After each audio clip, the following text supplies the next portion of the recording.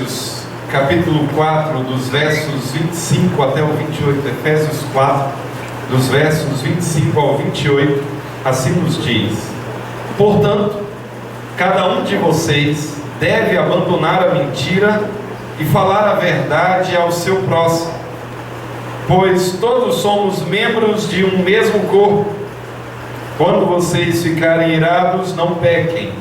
Apaziguem a sua ira antes que o sol se ponha, e não deem lugar ao diabo.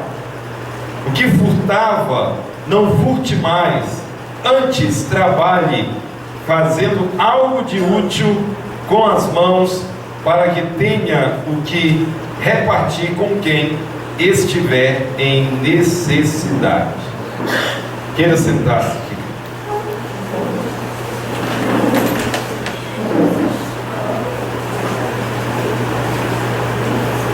A partir desse ponto da carta de Paulo aos Efésios, nós temos exortações específicas, bem diretas. Dos versos 1 até o 16, Paulo exortou a igreja a ser unida, a colocar em prática os seus dons, a correr para a maturidade. Dos versos 17 até o 24, Paulo diz como nós éramos antes, mas não foi assim que aprendemos. Através de Cristo, a verdade que está nele, somos orientados a tirar as vestes, a nos despir do velho homem, a renovar o nosso entendimento constantemente e a nos revestirmos do novo homem. Mas como é que isso se manifesta no dia a dia, no cotidiano? Nós vamos ter, a partir desse verso 25, uma série de exortações, entrando pelo capítulo 5, a partir do versículo 3, uma confrontação do contraste entre luz e trevas, e essas exortações, essa chamada ao cristianismo autêntico vai continuar. Irmãos, eu penso que nós temos um texto muito contemporâneo. Nós temos um texto que nos desafia de uma maneira muito direta. Eu digo isso porque nós vivemos uma crise no nosso cristianismo evangélico em termos de prática. Há talvez de uns 15 ou 20 anos para cá, é gradativo o abandono de um cristianismo mais vigoroso, de uma identificação mais séria com Cristo. É gradativo o deixar padrões, deixar que os padrões se tornem cada vez mais baixos, ou ter uma prática que revela, que se adequa, que tenta dizer que o cristianismo não é tão sério ou tão exigente assim, mas na verdade é. O que tem acontecido, irmãos, é que em alguma medida o povo de Deus tem deixado ou tem diminuído a sua luta contra o pecado. A confrontação ao pecado, ela foi amenizada, ela foi abrandada. O propósito, atrair pessoas. A pregação mais confrontadora, a denúncia mais séria de pecado, no entendimento dos espertões, afugenta pessoas da igreja. O resultado tem sido um cristianismo débil, tem sido um cristianismo frágil, tem sido um cristianismo em que aqueles que se dizem cristãos mais parecem com aqueles que nunca conheceram a Cristo como seu Salvador. E nós vivemos dias de uma carência, de uma necessidade de um cristianismo mais vigoroso. Entre o reconhecimento dessa situação, também, irmãos, é importante dizer que Deus tem sido misericordioso em outras nações, na nossa nação, Deus tem levantado pregadores, profetas, tocando na ferida, anunciando as exigências do cristianismo, assim como elas são, e em alguma medida nós temos lampejos de um retorno ao cristianismo vigoroso, onde o pecado é tão demoníaco como ele realmente é, onde o pecado é tão perverso, onde a prática do pecado desfigura o que nós chamamos de cristianismo verdadeiro, como realmente a Bíblia diz. Isso deve ser razão para nós louvarmos a Deus. Enquanto eu digo isso, eu espero que Deus esteja despertando você, que Deus esteja tocando em você, para que eu e você conjuntamente vivamos um cristianismo em que possamos dizer que vivemos um cristianismo autêntico, verdadeiro, que expressa o que as Escrituras dizem. Não um cristianismo para atrair bodes e para manter o joio dentro da igreja. Paulo apresenta várias características, várias marcas desse cristianismo autêntico, desse andar legítimo que identifica alguém como cristão. Chegar a Cristo é algo maravilhoso, mas como que é o andar? Como que é o viver? Como que é o proceder de tais pessoas? Em primeiro lugar, Paulo vai destacar o aspecto do falar, da verdade, da mentira. Ele diz o seguinte nesse verso 25: portanto, levando em conta, tendo em vista que nós nos despimos do velho homem, que a nossa mente está sendo constantemente renovada, e que nós nos revestimos do novo homem, Cristo está em nós. Portanto, tomando essas coisas como verdadeiras, sendo isso verdade, portanto, cada um de vocês deve abandonar a mentira e falar a verdade ao seu próximo. Nós temos a instrução, e isso vai se repetir, Paulo vai repetir, de deixar algo e fazer algo, deixar algo e fazer algo. E nesse verso 25, abandone a mentira. Abandonar, Paulo diz para abandonar, porque essa era a nossa prática antes de conhecer a Cristo. Antes de conhecer a Cristo, nós mentíamos. A mentira era algo conveniente. A mentira era algo que fazia parte da nossa história. E nós fazíamos isso desde bem pequenos, desde bem criança. A coisa apertou, mentia. A gente via que o negócio não ia dar certo, a gente mente. Isso desde bem pequeno. Eu lembro da história de um amigo que ele era uma casa de 4 irmãos e um deles fez algo. E o pai chegava e perguntava: quem fez? Não foi eu, não foi eu, não foi eu, não foi eu, pai. Pelo menos um de vocês foi. E o pai pegou e disse: vamos, quem fez? Não fui eu, não fui eu, não fui eu. O negócio continuou no não fui eu. Mentira. E o pai disse: se não aparecer, os 4 vão levar. Aí nessa hora, quem sabe entrega. Queridos, a mentira faz parte da história humana desde a nossa mais tenra infância. Se por alguma razão nós vamos ser penalizados por algo, se você vai perder um privilégio, se você vai perder algo, se você vai ter como resultado uma boa coça, que está ficando cada vez mais raro, se nós vamos ter algum tipo de perca, a mentira é a saída. Agora, o pior é que isso não é apenas quando somos crianças, crescendo. Quando nós vamos crescendo, aí nós vamos ficando malandros na mentira.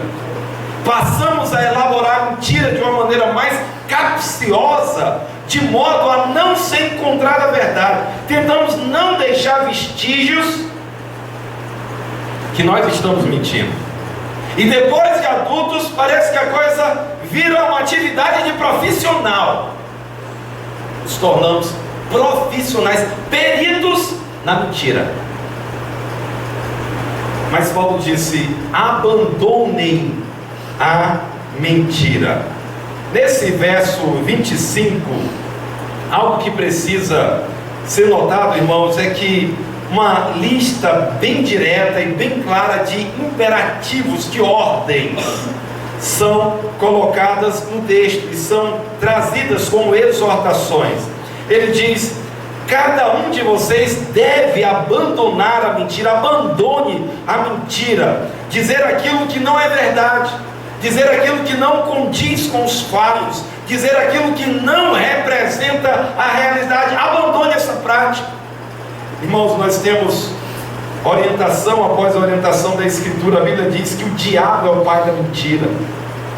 Certa vez Jesus ele está nos seus diálogos com os judeus lá em João 8, e os judeus resistindo, os judeus dizendo que não acreditavam que ele era o Cristo, que ele era o Messias, e Jesus dizendo: mas por que vocês não acreditam em mim? Lá em João 10, Jesus vai dizer: porque vocês não são das minhas ovelhas, porque se vocês fossem das minhas ovelhas, vocês acreditariam mais. Ainda em João 8:44, Jesus diz: o diabo é o pai de vocês, e vocês querem satisfazer o desejo dele, porque ele é homicida e pai da mentira desde o princípio.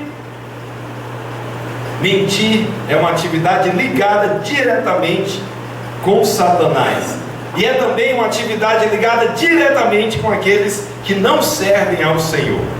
Devemos abandonar a mentira. Mas logo depois Paulo diz o seguinte: abandone a mentira e fale a verdade ao seu próximo. Não é apenas abandonar a mentira, é falar a verdade. Aqui nós somos orientados também a não omitir, desde que a omissão seja prejudicial. Omitir é não falar a verdade nem a mentira, é simplesmente não falar. Mas ele diz: abandone a mentira, fale a verdade.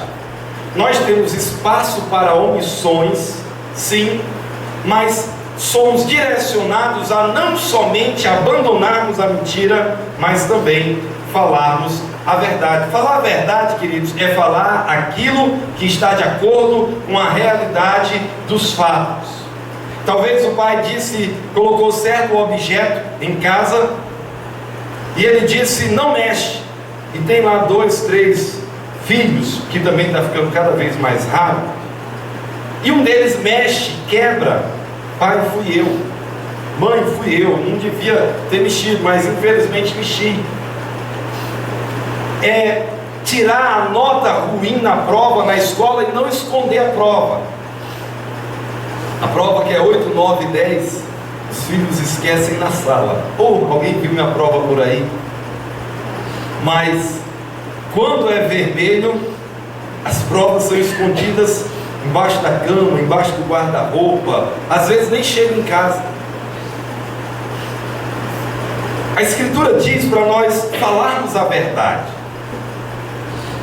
tanto no relacionamento entre pais e filhos, tanto nos demais relacionamentos profissionais, no relacionamento conjugal, mas aqui está sendo enfatizado no relacionamento fraternal com o seu próximo. E Paulo também, usando a palavra próximo, ele não diz apenas com o nosso irmão, mas com o próximo, as pessoas ao nosso redor. Devemos falar a verdade a todos aqueles que estão próximos de nós, devemos falar a verdade. Aí ele vai dar uma razão para isso. Nesse final de verso 25, ele nos diz: pois a razão disso é porque todos somos membros de um mesmo corpo. Paulo diz: por que nós devemos falar a verdade e não a mentira? Porque nós somos membros de um mesmo corpo.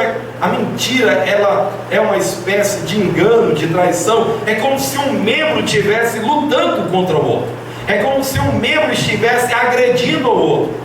É como se a mão estivesse dando tapas no rosto ou socos em parte do corpo. É como se houvesse uma luta interna. Mentir é agredir o próprio corpo. Então Paulo está dizendo: devemos falar a verdade, pois somos membros uns dos outros, nós cooperamos. Irmãos, uma das coisas que mais vai destruir relações é a mentira. A mentira, ela quebra a confiabilidade. A mentira faz com que nós pensemos duas vezes acerca da veracidade do outro. Isso deve ser tirado do meio de nós. Eu conheci um moço e a história desse moço é muito triste. Eu recebi a Cristo com 17 anos de idade e um grupo que tinha muitos jovens. E o interessante é que pelo menos um desses jovens, ele era caracterizado por mentia. E as suas mentiras estavam ligadas à grandeza. Ele era, na linguagem dele, muito rico. Ele tinha propriedade, ele tinha fazenda, ele tinha carro, ele tinha picape, ele tinha contas, poupanças com muito dinheiro. E ele tinha muita coisa. E as mentiras dele ligadas normalmente com grandeza. Mentia. O detalhe é que foi comprovado a mentira, que ele foi confrontado acerca das suas declarações. E não comprovando, não mostrando, pelo menos pequenas coisas das suas muitas aquisições, chegou ao tempo de ele ser excluído por mentira. Porque ele mentia. Chegou o tempo que foi dito: você se comporta como uma pessoa mais pervertida, nada do que você diz nós podemos acreditar. Eu penso, irmãos, que esse é um caso extremo, que a gente não vai encontrar pessoas mentindo tanto. Mas eu penso que nós temos, no cristianismo dos nossos dias, pessoas que mentem. Mentem quando vão informar, por exemplo, os seus rendimentos ao governo. Empresários que mentem nos valores das suas notas fiscais. Vendem por um valor e colocam outro valor. Mentem na hora de pagar os impostos. Funcionários que mentem para os seus patrões. Crentes que mentem uns para os outros no momento das suas dificuldades. Pessoas que dizem que estão fazendo algo quando na verdade não estão. Que dizem que estão tomando certas providências quando na verdade não estão. Que dizem que as coisas vão bem, está tudo certo, e que as coisas estão acontecendo de um modo ordeiro, quando na verdade não estão. Mas por que mentem? Porque aparentemente dizer aquelas coisas vai tornar a vida mais fácil, vai tornar as relações mais fáceis, vai tornar a vida melhor. Por que pagar tanto para o governo? Eu posso usufruir disso. Por que no imposto de renda eu tenho que dar? Eles estão roubando milhões, eles estão gastando no exterior. Olha o petrolão, olha o bando de safados que tem lá. Mas quando você faz isso, você mostra que você é igual a eles, numa escala menor. Mas você é igual a eles, porque você está fraudando como eles fraudam.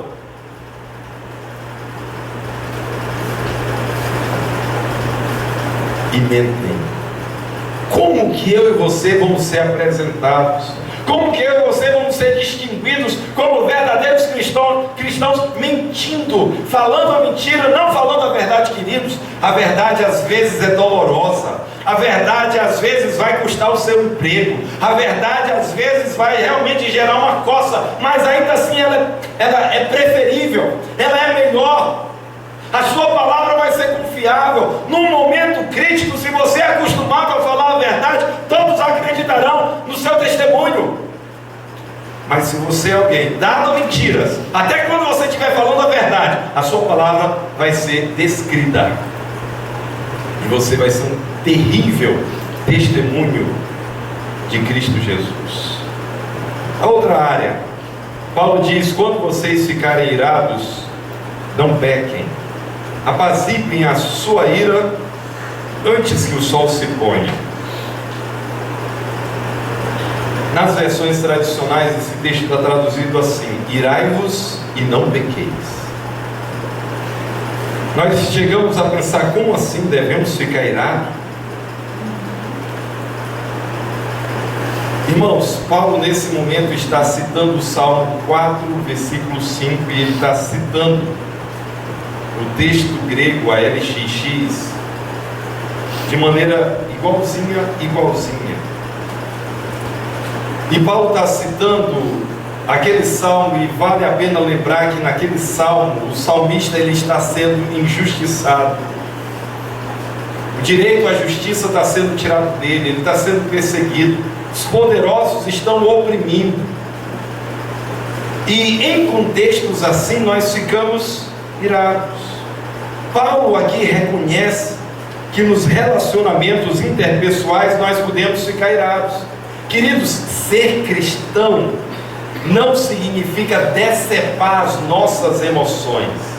Continuamos pessoas emotivas, continuamos pessoas que nos alegramos, nos entristecemos, pessoas que às vezes ficamos muito irritados com situações, com injustiças, e ficamos irritados com pessoas nas relações interpessoais. A Escritura ela não nos proíbe de nos irarmos. Ela na verdade está dizendo, quando vocês ficarem irados, e o detalhe é que, como está traduzido na NVI, tira um pouco da força. No original é imperativo, ele está dizendo, fiquem irados, e estando irados. Um certo gramático diz que nós temos aqui um imperativo permissivo. Não é que você tem que buscar, eu tenho que me irar, porque a Bíblia está dizendo que eu tenho que me irar. Mas ela permite, vindo a ira, ficando irado, não pequem. E a atitude mais intensa está no não pequem. É algo bem direto. Não é passivo, mas é ativo. Deixando-se ficar irado, vindo a ira, não peque. Irados, irmãos, nós podemos fazer coisas terríveis. Eu não vou nem pedir para que os que são casados, que já discutiram no momento da ira, eu não vou repetir para que se diga o que foi dito no momento da raiva. No momento da ira, bobagens são ditas, grosserias, um comportamento estúpido normalmente é característica, palavras muito pesadas, grosserias das mais perversas, coisas que, passado o momento da ira, quem estava irado diz, como que eu pude dizer tal coisa? É tanto que os casais mais amadurecidos, eles aprendem a não tratar as suas dificuldades no momento de ira. Eles não, eu sei que agora eu vou dizer o que eu não devo, agora eu vou dizer o que eu vou me arrepender depois, é melhor dar um tempo. Pais controlados pela ira normalmente não disciplinam, eles espancam. Patrões controlados pela ira, eles não corrigem, eles agridem, eles pisam. Irmãos irados se agridem. Queridos, as Escrituras permitem que nós fiquemos irados. A ira é uma emoção, e a palavra ira aqui significa fúria, estando furiosos. Não é uma ira branda, não é algo simples, é uma ira que se levanta com força violenta. Estando irados, nos diz o texto, não pequem. A Escritura nesse momento, ela nos convida ao autocontrole. Como é que eu e você irados não vamos pecar? É quando nós aprendemos com o agir de Deus nas nossas vidas, a controlar o que nós vamos dizer. Se já sabemos que não vamos dizer o que é próprio, o que é devido de ser dito de um cristão, nós vamos calar, nós vamos deixar aquele momento de mais intensidade passar, nós vamos engolir, nós vamos deixar com que a coisa venha a ser resolvida no outro momento, não naquele momento. Nós vamos protelar a conversa, nós vamos orar primeiro, nós vamos colocar-nos no lugar da outra outra pessoa. Nós não vamos abrir mão da justiça, daquilo que é certo, daquilo que é devido, daquilo que é próprio, que está de acordo com as Escrituras, mas nós vamos tratar daquelas coisas controlados. Quando vocês ficarem irados, não pequem.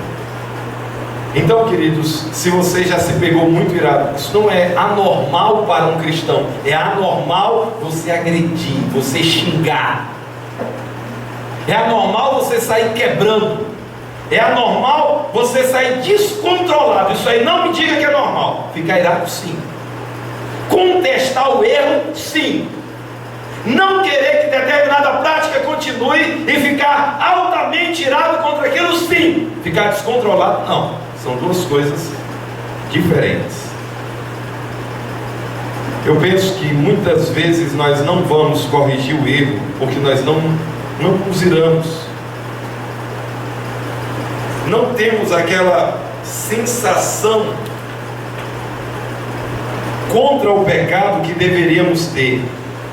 E precisamos, irmãos, precisamos urgentemente dessas sensações, reprovar o pecado, mas não de maneira descontrolada. Muito bem, não tratamos o problema na hora, mas não tratamos ele hora nenhuma. Não é isso que o texto diz. Olha o que o texto vai continuar nos dizendo. Ele diz: quando vocês ficarem irados, não pequem, apaziguem a sua ira antes que o sol se ponha. Apaziguar quer dizer acalmar, acalentar, abrandar.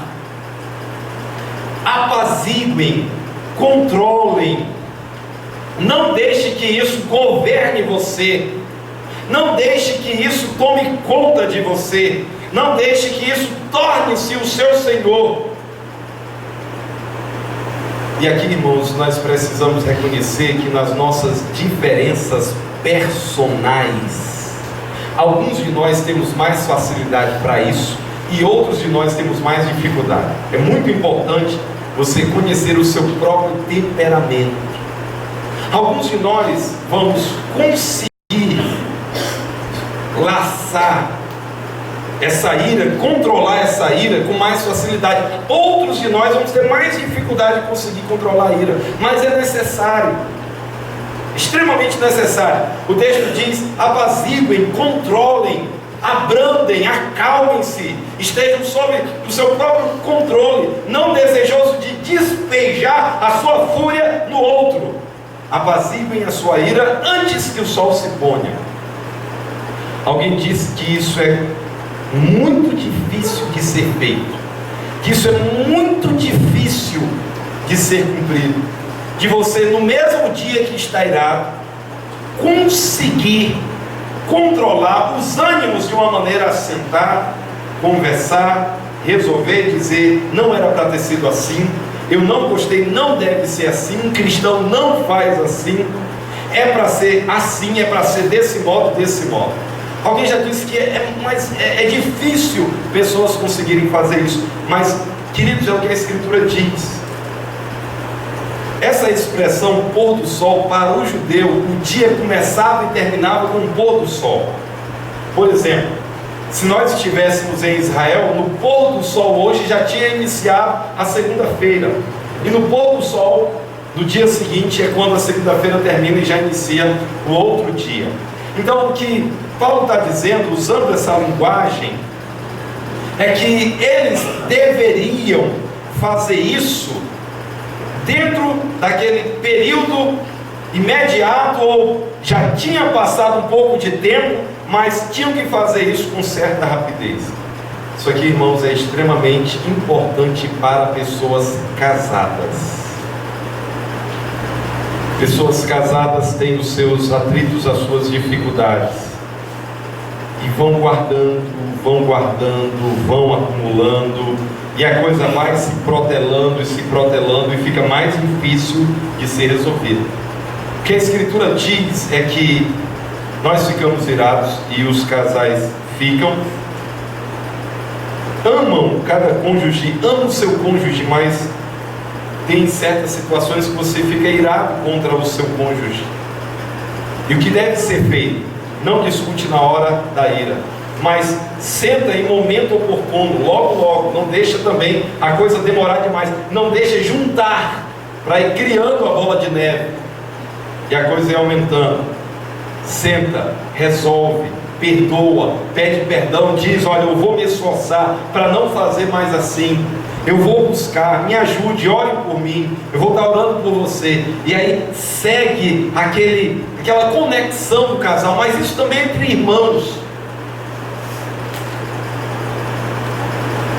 Existem lugares, situações que nós ficamos muito irados. Eu confesso que para mim dois testes para a gente descobrir uma pessoa controlada ou irada é o futebol e o trânsito. Não o trânsito aqui de Guaíra. O trânsito de Guaíra não deixa a gente irado, graças a Deus. A gente tem um trânsito bem tranquilo. Mas se você estiver numa cidade que os segundos são muito proveitosos, ninguém quer perder, o sinal vai abrir, não abriu, tem 3 atrás já buzinando para você sair sem perder 1 milímetro. Então, trânsito desse tipo você tem que estar controlado.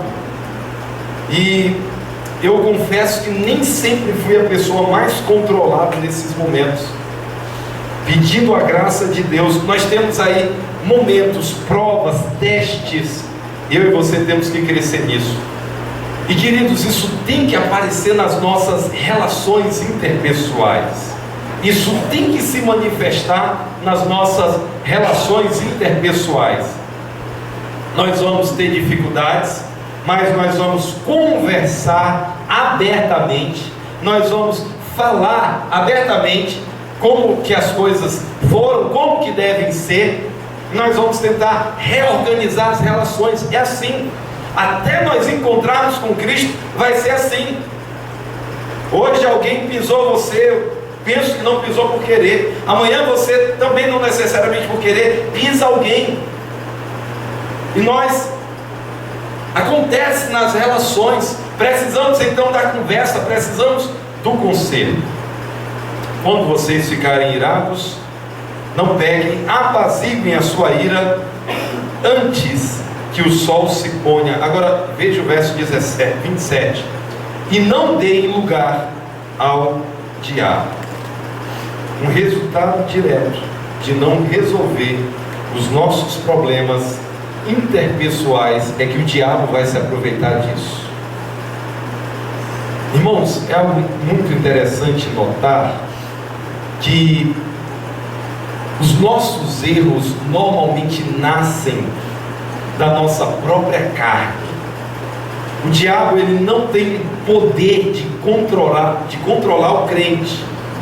Mas uma vez que eu e você cedemos à carne, uma vez que eu e você cedemos aos apetites terrenos, o diabo, ele vai se aproveitar, ele vai semear contendas, ele vai fazer com que as nossas relações fiquem difíceis, ele vai se aproveitar das brechas para realmente tentar destruir as relações.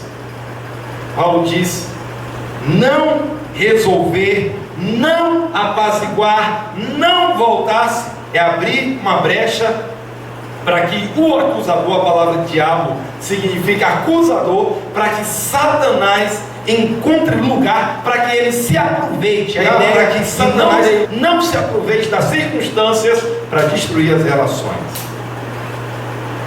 Isso é algo tão sério, irmãos. Lá em Provérbios diz: 6 coisas o Senhor odeia, 7 ele abomina aquele que semeia contendas entre irmãos.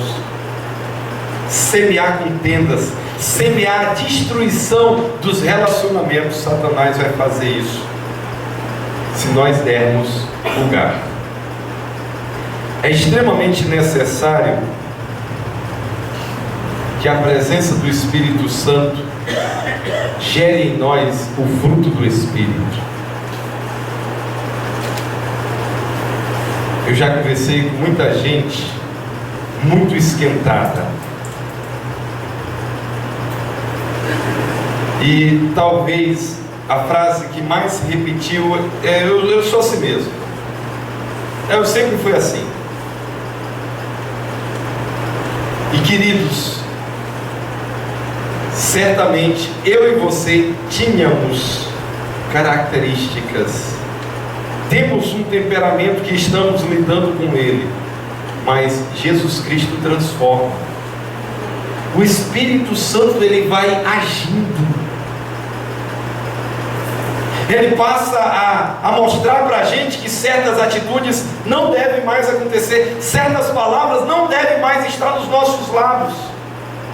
Antes nós xingávamos, antes nós dizíamos palavrões, antes nós agredíamos de todas as formas, e às vezes a agressão verbal é a pior que existe.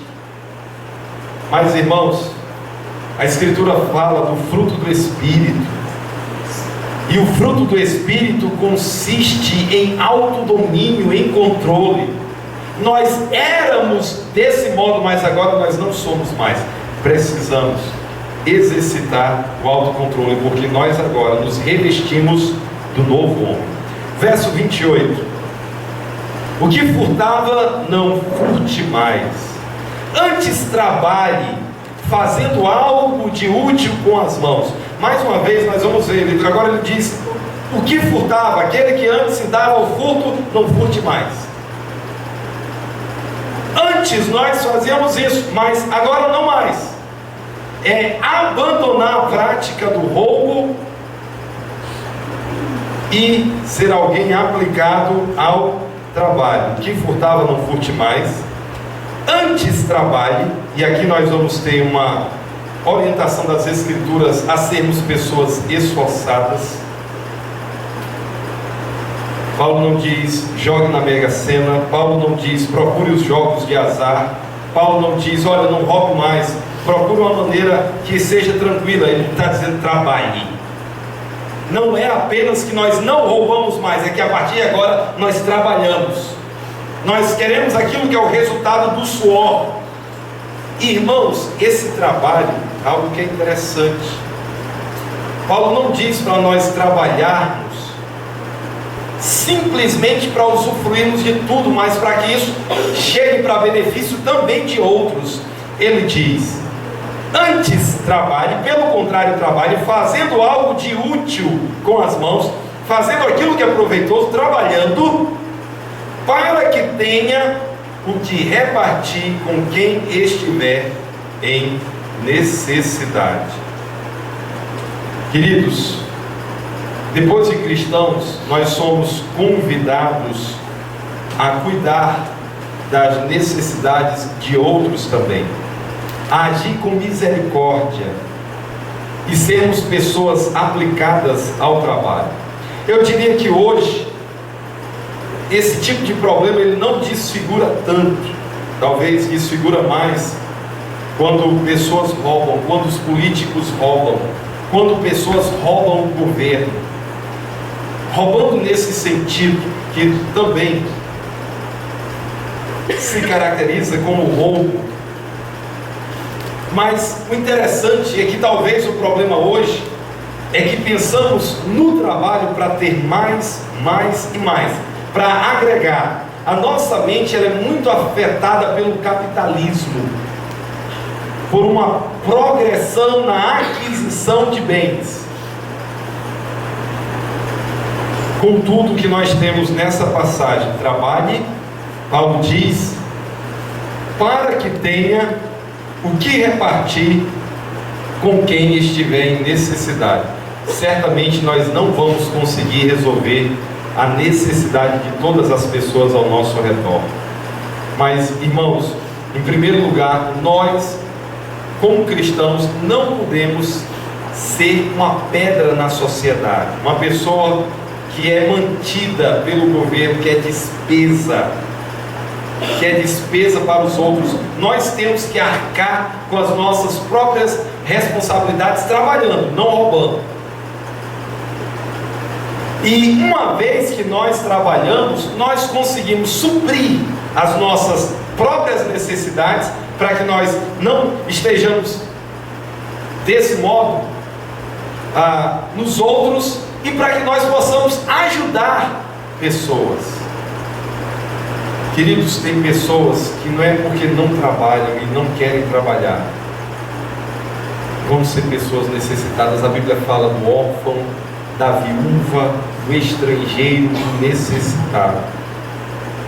Hoje continuam existindo orfanatos, hoje continuam existindo pessoas passando fome. Nas nossas cidades do interior é muito mais difícil. Vai em São Paulo, você vai topar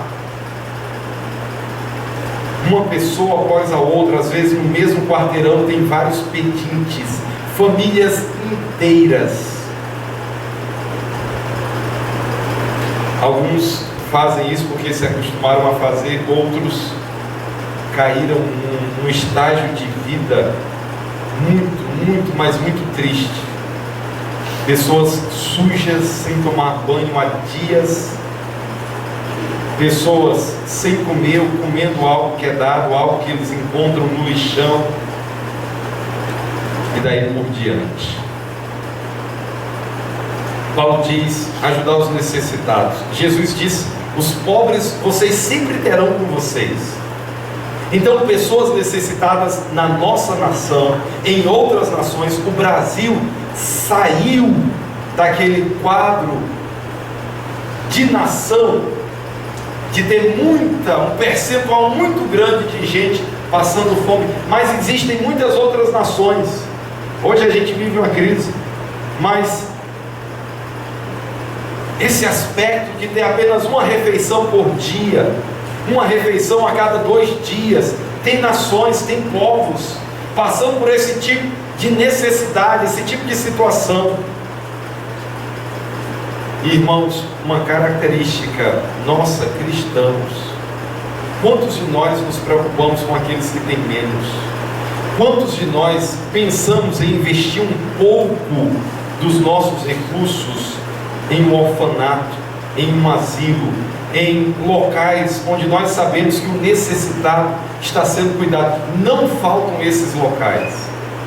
Eu sei que devemos procurar conhecer a idoneidade, com certeza existem instituições idôneas cuidando de pessoas assim, e nós podemos investir um pouco daquilo que Deus tem nos dado para aliviar a necessidade de outros. Paulo diz: aquele que furtava, não furte mais, antes trabalhe. A direção, mais uma vez, essa direção indo no contrário: antes trabalhe, fazendo algo de útil com as mãos, para que tenha o que repartir com quem estiver em necessidade. Somos aqui, irmãos, orientados a ter compaixão daqueles que têm menos. Vamos combater esse desejo de só agregar mais ao que nós temos e ter compaixão daqueles que são necessitados. Queridos, somos convidados a abandonar a mentira e falar a verdade. Somos convidados, orientados a irarmos, mas essa ira não pode vir sem controle. É ira contra o que devemos nos irar, mas uma ira controlada, uma ira que não se transforma em pecado. E também somos desafiados a, se roubávamos, não roubar mais, mas trabalhar e ter misericórdia daqueles que são necessitados. Hoje à noite nós ouvimos algumas marcas de um cristianismo autêntico. Hoje à noite nós somos desafiados com algumas delas. E eu penso, irmãos, que nesse nível de cristianismo, que é tão comum ainda em nossos dias, pessoas ainda continuam mentindo, pessoas continuam ainda descontroladas, crentes dizendo palavrão, crentes agredindo verbalmente, crentes agindo como se fosse um ímpio, crentes que furtam, crentes que roubam no momento da sua declaração de imposto de renda, empresários que roubam quando vão pagar os seus impostos ao governo, pessoas que se dizem crentes, mas que têm atitudes que são próprias de um ímpio. Queridos, hoje é um tempo em que eu e você somos convidados a um estilo estilo de cristianismo que condiz com as Escrituras. Viemos para Cristo, nos arrependemos dos nossos pecados, recebemos a Cristo como nosso Salvador. Que maravilhoso, que transformação, que alegria, mas isso vem acompanhado de mudança.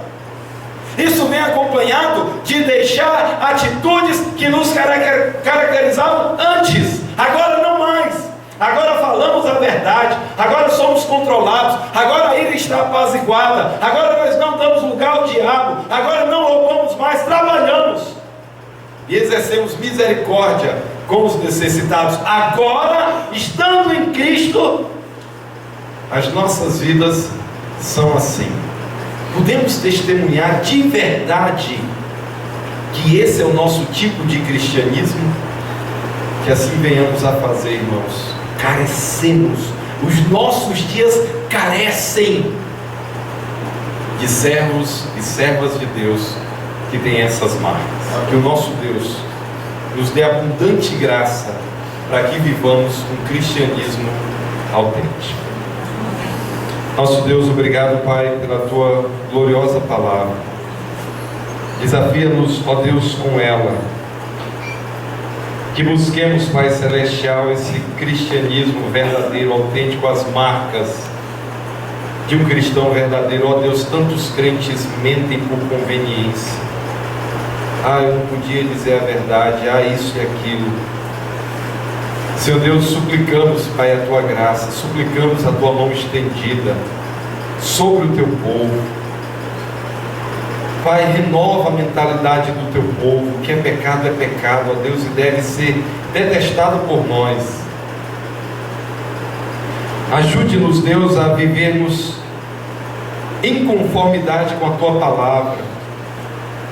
Ajude-nos, ó Deus, a termos atitudes de um legítimo cristão. Ó Deus, que aquele testemunho que marcou tanto o Teu povo, há não muitos anos atrás, um crente era alguém distinguido, queria as coisas certas, fazia as coisas certas, mas ó Deus, isso tem esfriado tanto. Pai, renova em nós esse estilo de vida cristã caracterizada, marcada, ó Deus, pelos desafios da Tua palavra. Faz, ó Deus, com que vivamos realmente como sal, como luz, como servos de um Deus que transforma vidas. Ó Deus, faz isso conosco, faz isso com a Tua igreja nesses dias.